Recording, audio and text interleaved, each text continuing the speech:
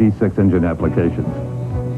It was back in 1977 when the editors of Super Chevy magazine ran this exclusive feature story heralding the arrival of the Chevy V6 engine. Back then, with our growing concern for fuel economy, the V6 offered a lighter, more efficient engine to economically power the cars of the day. Well, since then, the gas crisis has come and gone. Now we not only expect fuel efficiency, but demand performance too. And as we'll see today, the V6 is the perfect engine to deliver the performance of the 80s. Thanks, Steve. You know, when we come back, we're going to go right through the Tech Center here at Chevrolet, and we're going to find out the applications for the cars and the trucks for the V6 engine. And we're going to get some tips for you from some of the racing world's most famous engine builders. Here in Popular Hot Rodding magazine, it's talking about hot parts. Not stolen parts. No. In fact, you were at the SEMA trade show. Can you tell us a little bit about it? I was indeed. It was in Las Vegas, and the most spectacular SEMA show ever. And I think the most spectacular exhibit belonged to Chevrolet. They had all of the concept cars and the things you'd expect, except they had this one long wall, and it was just covered with Chevrolet parts, special parts, available from Chevrolet dealers.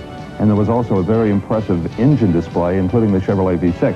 While I was there, I got to talk to Herb Fischel, the director of special products for Chevrolet. The essence of being here at SEMA is to demonstrate the products that are currently in our lineup and to try and acquaint the industry with the fact that you can still continue to do nice things with the cars we're currently building. In the engine area of the display, Herb, there's a very strong V6 flavor. Well, you remember, the V6 really got a start out here probably in the 76, 77 time frame. So the reaction time that this industry seems to have, I think that's pretty much on target. Herb, the V8 engine, the Chevrolet, has been the racing engine of choice for, 30 years now. And I believe that's because the customer could build that engine. The parts availability through Chevrolet in the aftermarket has been so significant. Will the V6 follow in that footstep? The V6 sure will, Steve, and your statement is most accurate. This engine has the same simplicity, interchangeability, availability of parts, specific output capability that the V8 had. So we're going to be leaning on the 90-degree V6 very heavily to continue the Chevrolet performance success story. One of the areas where Chevrolet ensures the continuation of the performance success story is in the enormous engine dyno facility back at the Tech Center. This is one of 25 dyno rooms here at the Chevy Tech Center, and with me is Manager of Special Products, Dwight Bliss. Dwight, what's the difference between the 60-degree and 90-degree? The 60-degree is an all-new engine that we developed to go along with front-wheel drive passenger cars. And it provides a very spirited, fun car to drive in today's smaller passenger cars. The 90-degree is an engine that's basically a derivative of the small block Chevrolet V8. And it's the one that we focused our initial attention in the motorsports world because the familiarity that our users have with the V8 translates directly to the 90-degree V6. So people who are comfortable in building high-performance race engines in the small block V8 will find themselves equally comfortable in the 90-degree V6. The emergence of the V6 engine on the track provides vital development information, which in turn relates back to improvements in engines for passenger cars, as I learned from Chevy's Ned McClurg. Well, Ned, looking at the cutaway of this fuel injector, your engineers have been paying attention to the racetracks. Well, we get a lot of good ideas there, but honestly, most of us like racing, and we all, too, try to get out there when we can, whether it be Daytona or the drag races. That's part of our fun of doing the job, too. Tell me about this. As we've gone to try to meet the customer's needs for fuel economy and performance, we've had to start employing new technology every year to meet the competitive challenge. We're using port fuel injection with individual nozzles for each cylinder and ram tuning to get higher charge densities, just like drag racers have done for a long time. We have very long runner intake manifolds that you can see, and we get probably 18 to 20 inches of ram tune length. It gets a very nice large torque peak that's really in tune with Americans' driving habits. So the smaller displacement engines have really been an inspiration of sorts around here to come up with new things. Absolutely. That's the challenge, to do more with less. One of the interesting things about the Chevrolet V6 is its versatility. Steve talked to Bill Large, chief engineer in charge of truck engines, and found out about the V6. Bill, I had a chance the other day to drive a new S10 pickup, and you have found some horsepower in the 60-degree motor. You got that right, Steve. The 60-degree engine in that pickup We've got 10 more horsepower in 1986. Basically, we got that with the use of this electronic fuel injection. Looks almost like a carburetor, the base. Well, it's similar, except it uses high-pressure fuel and electronics to blow the fuel in the engine, as compared to sucking it in. And we've taken that better fuel system. We've also added a high-compression engine here, 9.5 to 1 compression, a high overlap cam. This thing has a horsepower rating above 5,500 RPM. Well, I could tell you, I could really tell the difference. But what about the traditional 90-degree V6? Well, our engine that we use in the Chevrolet Astro van, a bigger engine, it uses the same thing, electronic fuel injection. It drives a lot better, too. Pick up on that one. I think you'll agree. When are we going to see port injection like the Corvette on trucks? We got it coming. We've got trucks under development right now that allow us to put that tune fuel system on. Each individual cylinder will have its own injector, and I get more torque and even more horsepower out of these engines. All right.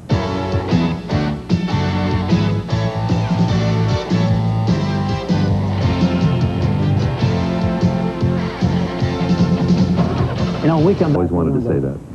And I always get to, right? You know, Steve, we've seen a couple of different applications so far on the V6 engine, but where they really put it to the test is when they get out there and push the limits in the racing. Absolutely. And the Chevrolet V6 has been successful in many different forms of motor racing. IMSA endurance racing is a real test of an engine under extreme road conditions. And the Corvette prototype racer turned a lot of heads when it joined the GT circuit. Its driver, the internationally famous David Hobbs, had a lot to say about its power plant, a Chevy multi-port, fuel-injected, turbocharged 90-degree V6. We're getting about 650 horsepower and pretty good torque throughout the range. It starts to come in quite strongly at just over 4,500 RPM and revs to 8,500, which is a lot for a big engine with this displacement. Hobbs isn't the only one impressed with the V6-powered GTP Corvette. So is Sarl van der Merwe, since he drove it to victory this spring at Road Atlanta.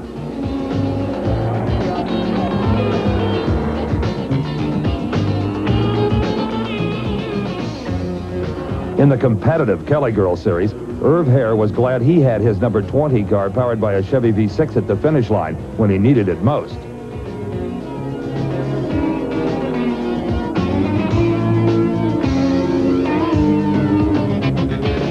Driving the V6-powered blue and yellow Camaro number 56 in the IMSA GT Series provides Craig Carter an important weight advantage which keeps him competitive. Craig's engines are built by Dennis Fisher in California, one of the most respected engine builders in the country. Dennis explained to us exactly why the V6 can compete against the V8s. The V6, obviously, because it's short 2 cylinders in the front, it is a little over 100 pounds lighter. And when you put this in the car with the bell housing located in the same area, it moves the weight, transfers more to the rear wheels. And the engine puts out pretty good power for its cubic inches. In addition, the handling characteristics or advantages it gives you because of the light weight actually makes cars go around corners faster, which is a good percentage of why they win, is how they handle. And then the other very important part that a Chevrolet V6 has is the interchangeability from the Chevrolet V6 to the Chevrolet V8. These same rods, pistons, and piston pins could actually come out of a 350 Chevrolet and be installed in this engine. Meanwhile, back at the cavernous Chevy Tech Center, in an engine room big enough for a dozen race teams, I talked with Chevrolet's Bill Howell about testing the V6. Well, Bill, the fellows in the motor room here have carefully assembled yet another V6 headed for the dynamometer, but the dyno doesn't tell the whole story about this engine. No, the V6 is interesting from the enthusiast standpoint because it's a smaller package and it's a lighter package. It's about 100 pounds lighter than a V8. I know you've been involved with the ASA, and they have a new series. What's that all about? Well, their new series is called the Grand Mark Series. It's an entry-level series using A-bodied cars, celebrities, centuries, and it's spec'd out around our 4.3-liter V6, which you have your hand on.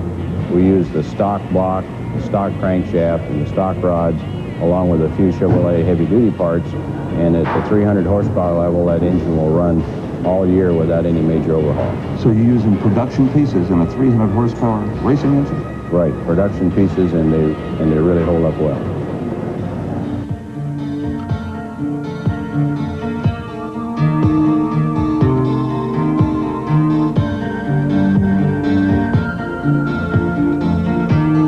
Racing may be a passion, but when you're not doing it full time, you have to be more cost conscious, as sportsman drag racer Rich Corner understands. I used to run Chevy straight sixes, and now I'm to the V6 now. I picked it because I'm a Chevy man, and I like the V6 and the 6 stuff because I can make it run about as good as a V8, and it's a little more challenging than to run a V8. It's fast. It feels good.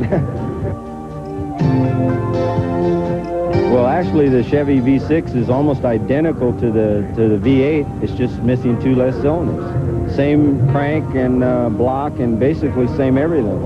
Oh, the V6 definitely, I would say, would be the future because of the economy of the thing, and they make good power and make almost as much power as a V8. You know, Steve, it's often true that racers and independent performance experts really they lead the way in innovations. But of course, they got to get a great start from a factory concept, like the V6 Chevrolet engine. And you know, RC, if a manufacturer is really smart, like Chevrolet, they value relationships with guys like that, because it's their ideas and modifications that come back to the factory and may eventually become part of the product line. Well, you know, we met a guy here today who was, well, he was in Super Chevy magazine talking about the V6, the legendary Grumpy Jenkins. Just as you say, RC, Bill Jenkins is an automotive legend who's always been considered an innovative racer.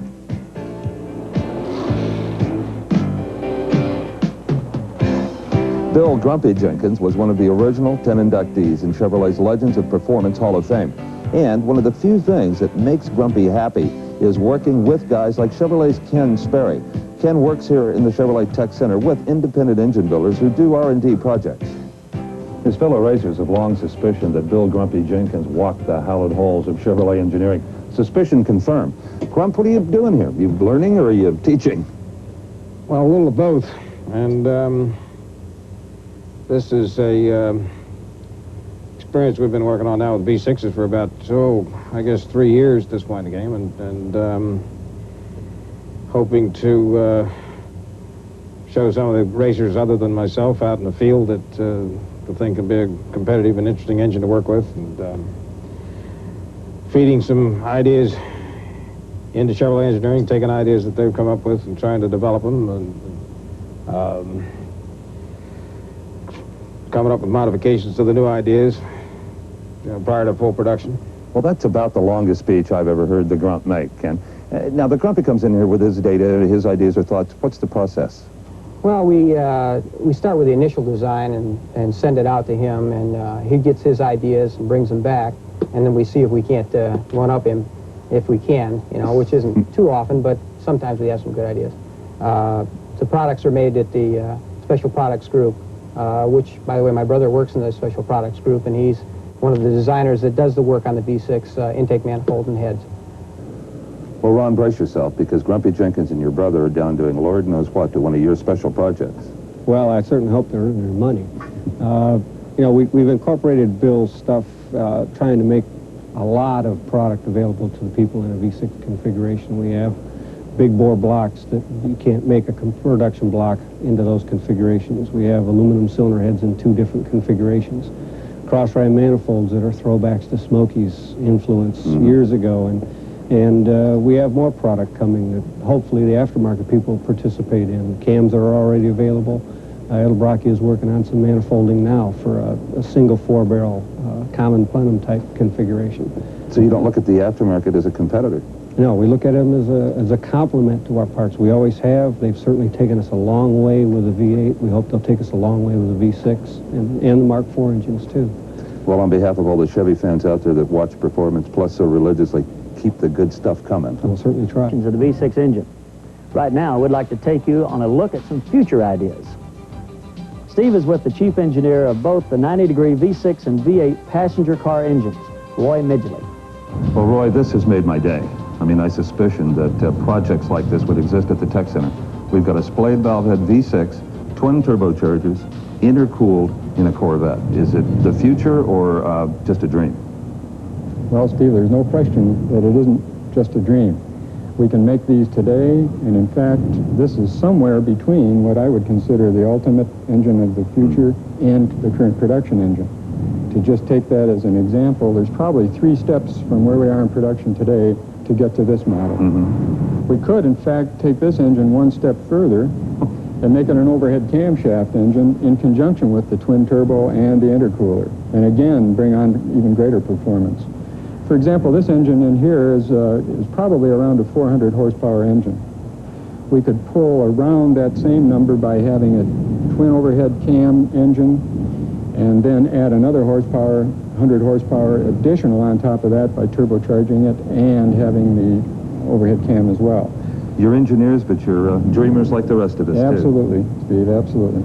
That's the fun of the game.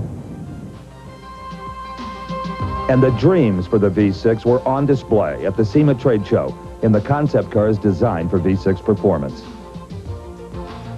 A buzzword at Chevrolet today, Steve, is fun. And we're trying to make fun a big part of everything we do, in particular fun for the customer. And what a centerpiece, the Cavalier Cabriolet Roadster. Ooh. I think this car demonstrates, Steve, that the street riders, street machiners can still do nice things with the current products we're building. And this is just one good example of that type of effort. These beautifully designed concept cars were created by Chevrolet designers as exercises in future styling ideas. They're a preview of the performance cars of tomorrow.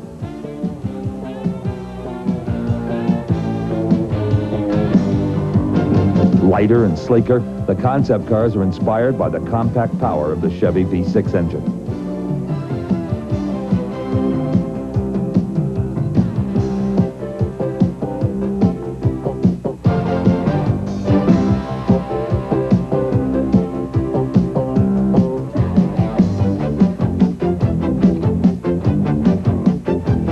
Steve, you know, it's really been fun getting the inside information on the Chevy V6. The only thing more fun, RC, would be working on your own V6 and feeling the power from behind the wheel. That's true. I've had a great time today. On the return road, and they love him.